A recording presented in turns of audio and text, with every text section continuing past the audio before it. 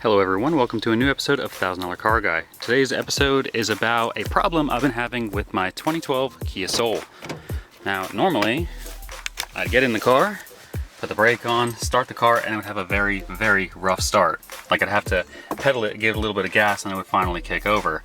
But then I would notice that there was no RPM signal whatsoever. I looked into it, and it looks like it's supposed to be the crankshaft position sensor. So today we're going to replace that, and hopefully it fixes our problem. So basically, I was driving home one night and all of a sudden the car shunted and it like turned off. And then I tried to restart it, and that's when I first noticed this issue. I also noticed that as you drive it, once the car gets hot enough and you shut it off, it won't want to restart. But on a cold start, it doesn't seem to have this issue. But basically, it only upshifts through the transmission. It never downshifts again. So when you come to a stop, it's going to be in 6th gear if you have the automatic, and that's definitely not going to work. So everything I read told me that it was the crankshaft position sensor. Now that is located underneath the front of the car, right here.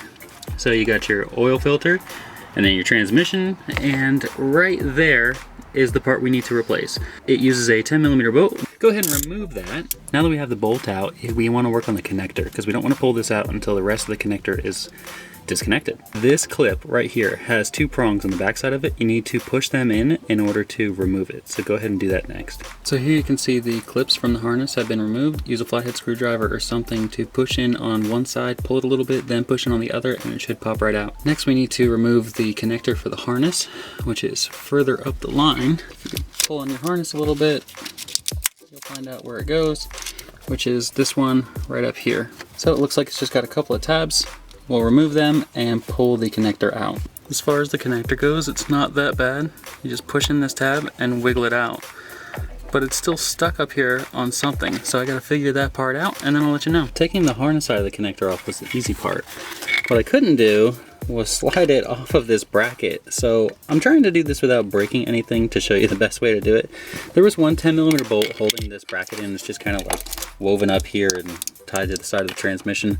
So I'm gonna leave this here and go ahead and remove the actual sensor now. So I found the easiest way to break this loose was to pry on the side where the bolt goes through off of the casing of the transmission. So I just used a screwdriver and it very easily turned to the side. So now I should be able to get hold of it and pull it out. So it took hardly any resistance pulling it out, but as you can see, the O-ring is now down near the bottom. You wanna make sure that you get that O-ring out before installing your new one. So now that we have the bracket and the connector and the rest of the assembly out, there's a small pin here that's from the plastic clip from the underside of this.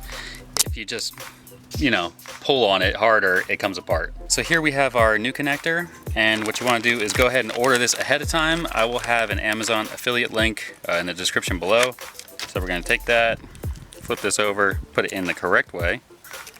What we want to do now is we want to get some kind of oil so we can lube up this O-ring before we stuff the new part into the car. So we got our assembly lube back on, and we're just going to go ahead and plug everything back in.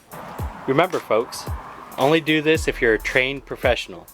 And if you're a trained professional, you don't need this video. So we've got all the connectors back where they're supposed to be. We didn't break anything. Everything is re-snugged up. The only thing now is to start the car and see if we fix the problem.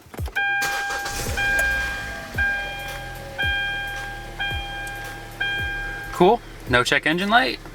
We should be good to go. Here's hoping we get another 160,000 miles out of it. All right, thanks for watching. I'll see you on the next episode.